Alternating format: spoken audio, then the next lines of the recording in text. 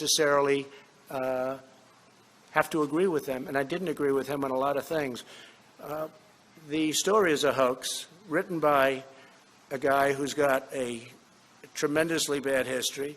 The magazine itself, which I don't read, but I hear it's just totally anti-Trump. He's a big Obama person. He's a big Clinton person.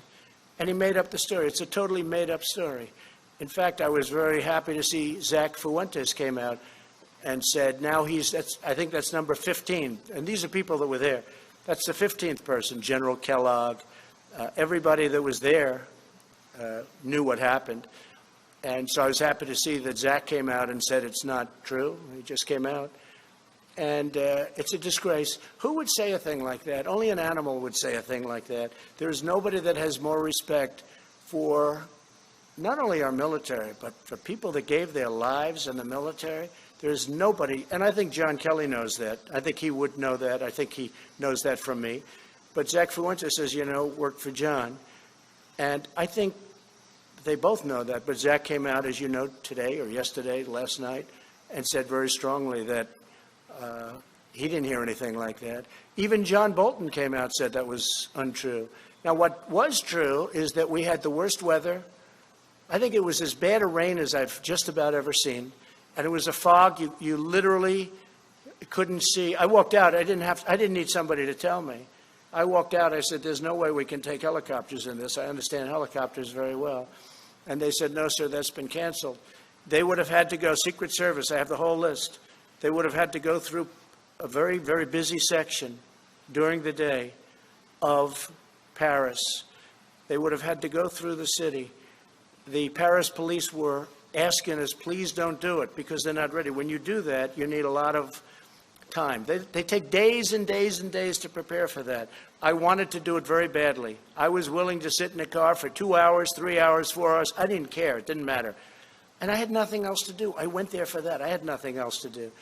It was ended because of the terrible weather, and nobody was prepared to go through, in terms of Paris, the police, the military, and the Secret Service.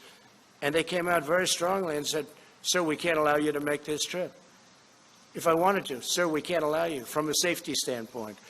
It was a phony story, just like the dirty dossier, the fake dirty dossier, just like the Russia collusion, just like all of the other phony stories. And there'll be more phony stories. But I do appreciate Zach coming out. But Zach now is the 15th person that's denied it. Zach now, I think, also talked about the weather aspect of it. And he's probably the 14th or 15th person that blamed it on weather. So that's enough of that. Yes, please. Thank you, sir. Christina Bob, One American News. Thank you for holding the briefing. Thank you. We're seeing judges, most recently in Detroit, limit police ability to use non-lethal force. My first question would be, should the police be allowed to use non-lethal force to quell the violence in their cities? We're talking about where non-lethal force? Right. So in the riots, most recently. The riots? Yes. Well, I think what's happened is the toughness. These are Democrat-run cities all, and there's no retribution. They stand there, they throw things at the people that are supposed to be protecting something, and nothing happens. They throw rocks, they throw cans of soup, they throw lots of hard objects, and rarely does anything happen. But I've told, when we have the federal in there, as you know, I told the U.S. Marshals to go get the man who killed another man, and they know who it was, and you have to arrest him. You have to arrest him. After 2.5 days, they didn't arrest him. The U.S. Marshals went in, and it ended up being a gunfight, and the man was killed. But this is a man that had a bad record, and there's a man that killed a man in the street. I mean, I witnessed it. Most people witnessed it. And the U.S. Marshals went in. They weren't playing games. They can't play games. If somebody is breaking the law, there's got to be a form of retribution. I watch so often when I watch some of the areas that we're talking about. Now we have Rochester. That's, again, Democrat governor, Democrat mayor, all Democrats, every one of them. And it always will be. I was with the governor of Texas. He looked at me and said, I can't imagine how they allow this to happen. And, it's different. It's different. I could talk about other governors saying the same thing. Yeah, please, go ahead. I could follow up on that. We're also hearing reports of groups like Antifa on Black Lives Matter traveling around the country, leaving their home cities to go riot and protest in other cities where they're causing damage. Do we expect to see prosecutions or charges in the Department of Justice for those traveling for that purpose? So we have now over 1,000 people, federal, in jail. We're prosecuting many people.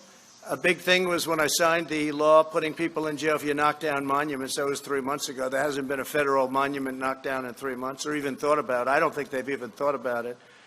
So that's had a very big impact, very big impact. But yeah, we're going around, and the nice part is you people see those people up there, they take nice pictures of everybody, so we don't even have to bother. We can use the news photos.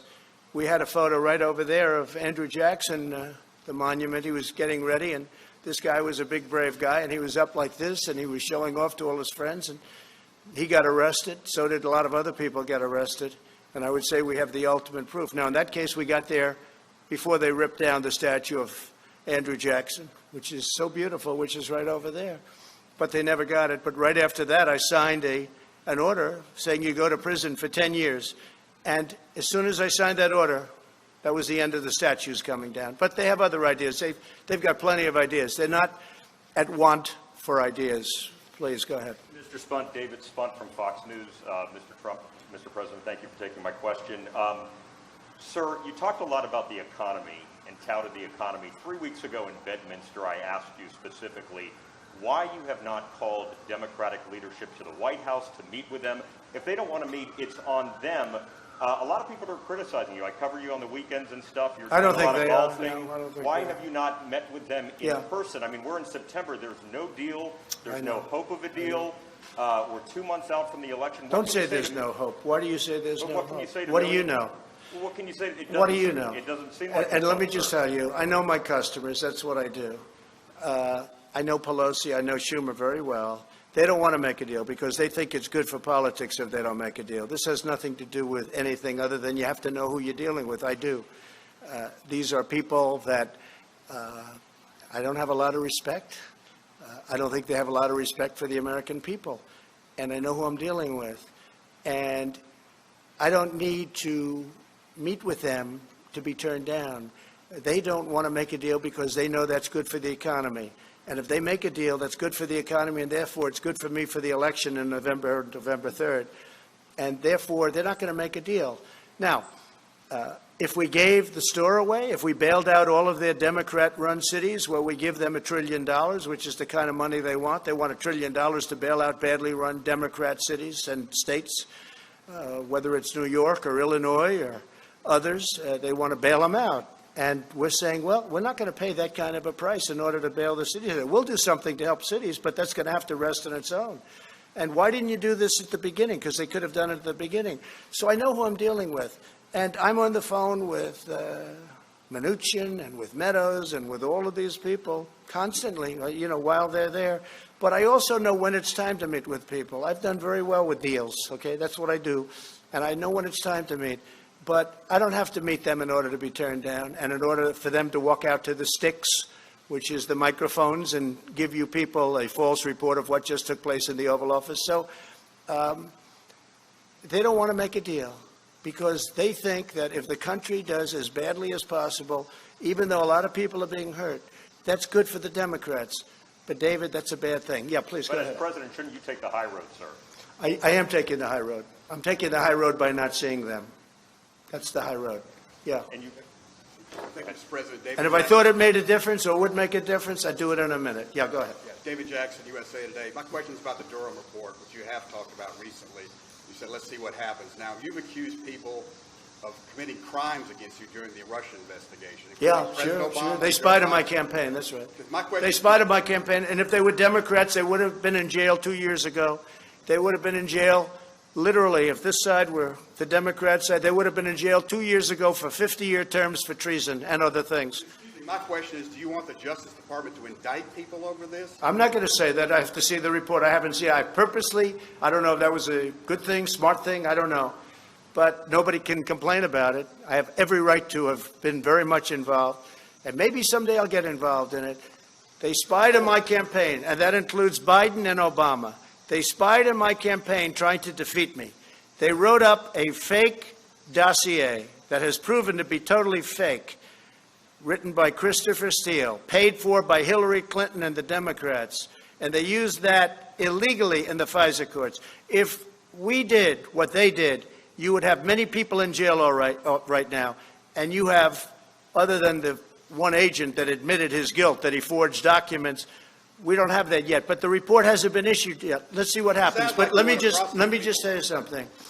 President Obama and Biden, Sleepy Joe, he knew everything that was happening. They were spying on my campaign and they got caught. Now let's see what happens. But if this were the opposite way, people would have been jailed. They would have been in jail already for a period of at least, it would have started 2 years ago, and it would have been for 50 years for treason.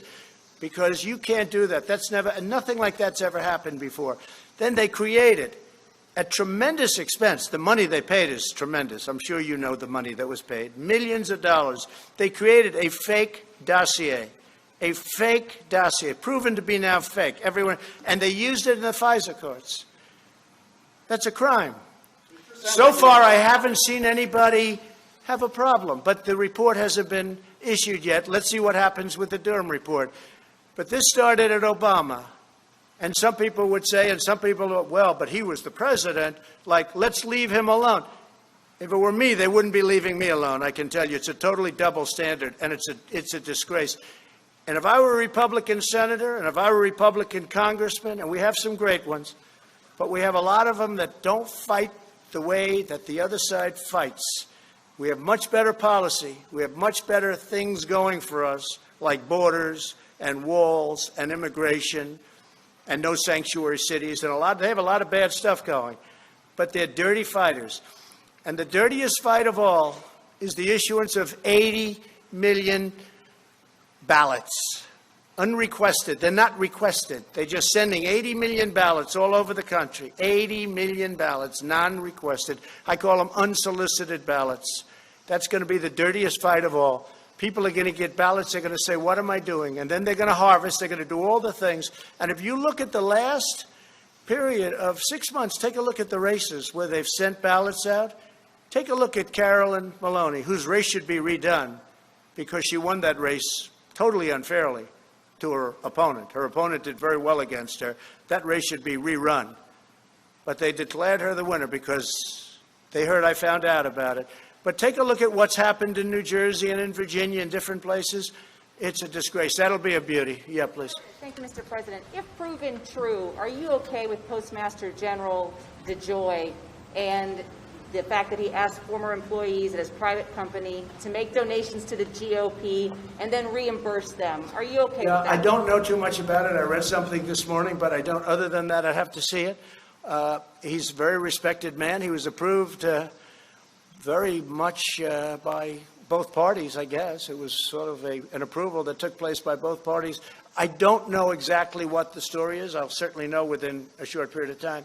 I just read it for the first time. I read it this morning, just like you did. Would you support an investigation, sir? Sure. And I think let the investigations go, but he's a very respected man. Again, it was a bipartisan commission. Postmaster General is appointed by a bipartisan commission, and we'll see how that goes. But no, I think he's a very honest guy, but we'll see. Yeah. Thank you, Mr. President. Mr. President, go ahead, follow up, please, if you don't mind. If it's proven to be a campaign finance scheme, do you think he should lose his job? Yeah, if something could be proven that he did something wrong, always. You know? Thank you. Always. They've been looking at me for 4 years. They found nothing. 4 years. Think of it. For 4 years, from the day I came down the escalator, I've been under investigation by sleaze, and they found nothing. They found nothing. A friend of mine said, you have to be the most innocent, honorable man ever to hold the office of president. Think of it. They spent just Mueller alone. He spent, I guess the real number turned out to be $48 million, but whatever it was, many, many millions of dollars. They had 18 angry Democrats looking. They had FBI agents all over the place. They had and they have no collusion. Friends of mine have said, sophisticated friends have said, you've got to be the most innocent guy ever to hold this office. And there's a lot of truth to that. Yeah, please. Thank you, Mr. President. After Navalny poisoning, Chancellor Angela Merkel of Germany is under pressure to cancel Nord Stream 2 pipeline from Russia to Germany.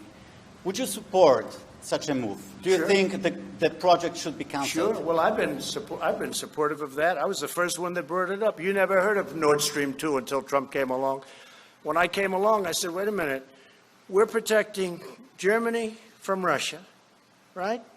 NATO. We're protecting Germany from Russia. Germany's paying Russia billions and billions of dollars to get their energy, and the real number is probably 60 to 70% ultimately of their energy is going to come from Russia. And I said this for years, that nobody talks about it. One of the many things between sanctions and all of what we've done for Ukraine relative to what the past had. They used to send pillows and we sent tank busters.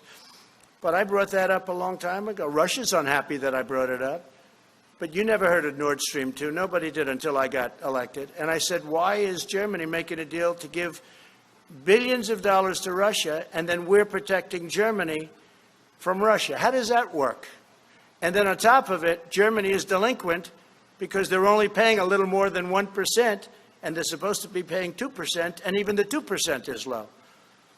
But just remember, Trump, me, I got the countries of NATO to spend $130 billion going to $400 billion a year. Think of it, $400 billion a year more for NATO. And the purpose of NATO primarily is Europe protection against Russia. Now they can use it for other, I guess, and they have a little bit in the Middle East, et cetera, et cetera. But I'm the one that did that. So, but nobody talks about that. Nobody talks about Nord Stream 2. The answer is absolutely if they feel that something happens. But I don't know that Germany's in a position right now, because Germany's in a very weakened position energy-wise. They're closing all their plants. They're closing their nuclear. They're closing their coal. They're closing a lot of plants. And they have put themselves in a very bad position, frankly.